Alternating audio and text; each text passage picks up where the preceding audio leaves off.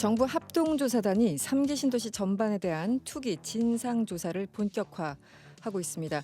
그럼에도 불구하고 투기 의혹 제보가 이어지고 있죠. 정치권에서는 너나 할 것 없이 특별 대책을 마련하고 있는데요. 국민들의 의혹은 가시지 않는 모양새입니다.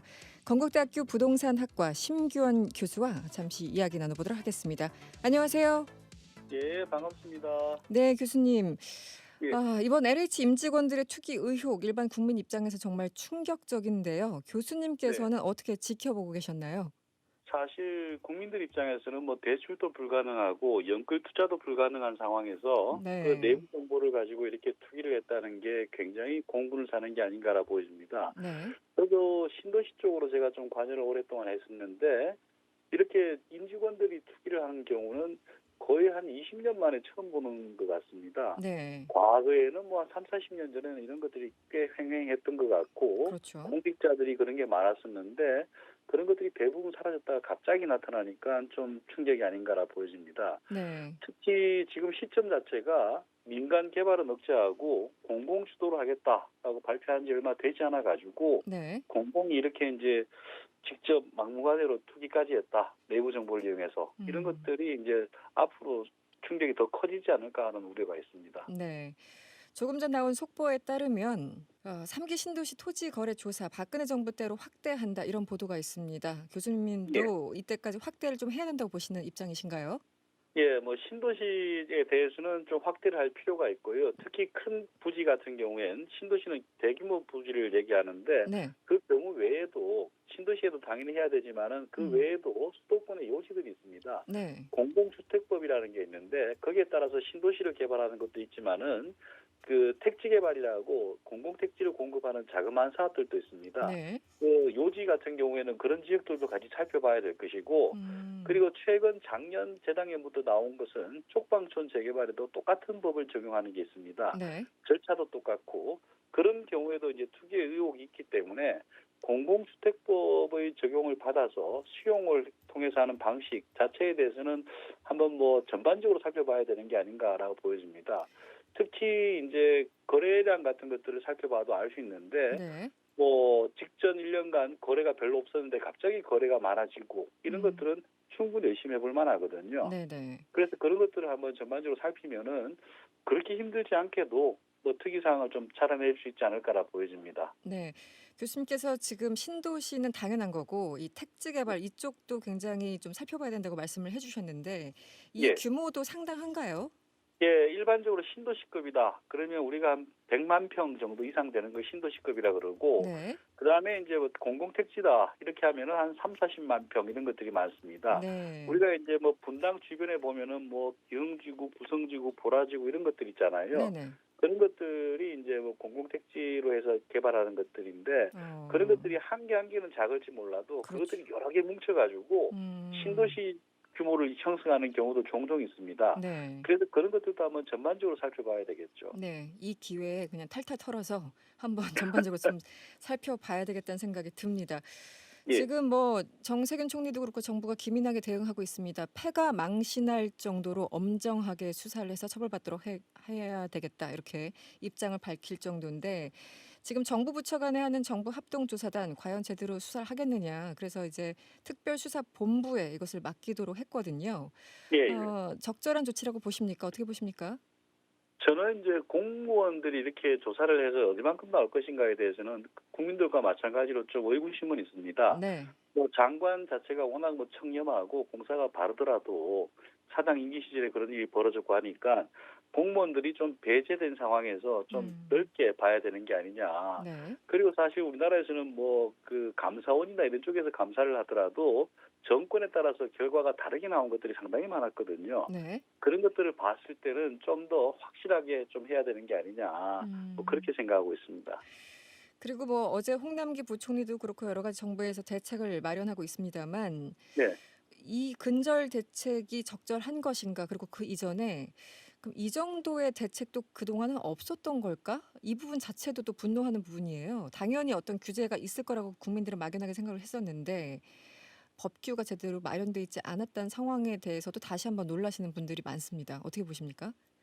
뭐 실제 내부 정보를 가지고 투기를 하거나 이럴 경우에는 다른 형법에 의해서 이렇게 제재하는 수단이 있습니다. 네. 그렇지만은 이 경우에는 뭐 공직자가 내부 정보를 가지고 하는 거기 때문에 분명히 좀 더 높은 기준이 필요할 것 같습니다. 음. 그리고 정부에서 내놓은 것들이 뭐 이런 기준을 새로 내놨는데 이것들은 대증적 처방이 아닌가. 네. 그래서 뭐 이런 것들을 막기 위한 여러 가지 처방이지만은 그게 과연 원인에 대한 근원적 처방이 되겠는가? 여기에 음. 대해서는 의심의 여지가 충분히 있고요. 그리고 그렇게 하더라도 뭐 차명 거래라든가 아니면은 뭐 친인척뿐만이 아닌 뭐 저 중고등학교 동창이라든가 이런 사람을 통해서 투기를 하거나 이럴 네. 경우에는 또 그렇게 근원적으로 막을 방법이라고 보여지지도 않거든요. 그렇죠. 네. 그래서 사실은 이제 사람 위주로 이렇게 규제를 하겠다는 게 정부 입장인데 그런 것들은 그 의사결정 라인에 있는 사람들은 당연히 해야 되는 것들이고 네. 그 외에 거래량이 특히 지구 지정 직전 뭐 1년 동안에 거래량이 좀 이상적으로 많이 튀었다. 음. 그럼 거기에 대해서는 거래 전체를 다시 한번 살펴보면은 네. 특히 자금 흐름 같은 것들을 살펴보면 대강 나오거든요. 네. 그런 것들을 한번 살펴볼 수 있도록 제도적으로 좀 만들 필요가 있을 것 같습니다.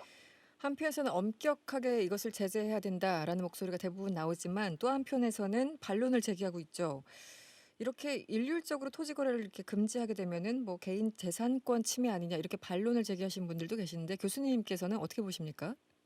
예, 저는 토지거래 금지까지는 좀 과한 게 아닌가라고 보여지고요. 네. 뭐 재산권 침해도 있으니까 네. 특히 이제 의사결정 라인에 있는 사람들, 음. 공무원이나 저 LH 직원이라든가 특히 정치인 같은 경우도 네.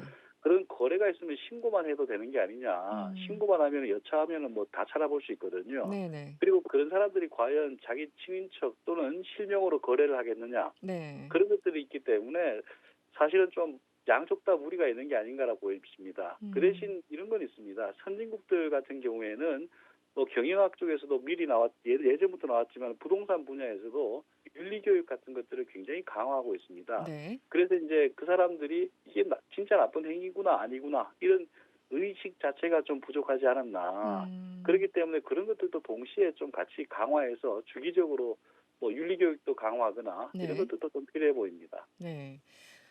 어쨌든 이번 사건으로 3기 신도시 계획을 전면 백지화해야 된다. 이런 주장도 나오고 있습니다. 뭐 지금 정부는 거기까지는 가지 않는 것 같은데요. 교수님 의견은 어떠신가요? 뭐 제가 보기에는 상기 신도시 중단까지는 갈 것 같지는 않고요. 그리고 네네. 상기 신도시 만드는 방식 자체가 과거에 80년대 만든 그 방식 그대로 관행적으로 가는 거기 때문에 뭐 큰 영향은 없을 것 같습니다. 다만 이제 지금 조사하고 나서 너무나 많은 사람이 연루됐다. 그러면은 네.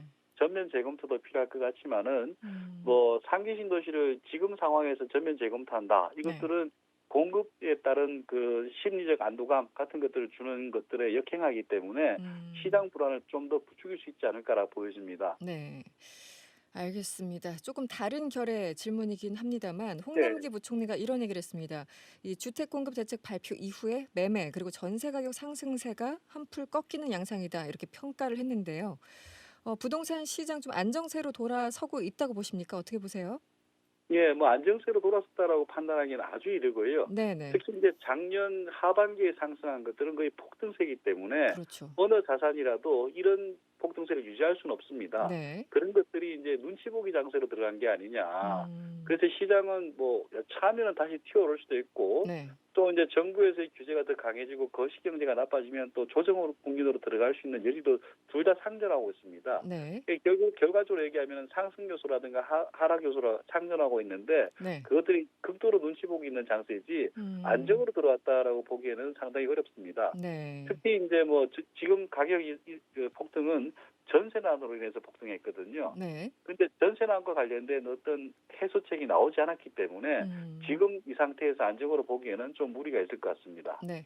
뭐 홍남기 부총리는 한풀 꺾이는 양상이다 이렇게 정확하게는 표현을 했습니다만 안정세로 갈 것인지는 조금 더 시간을 두고 봐야 될 것 같습니다. 네.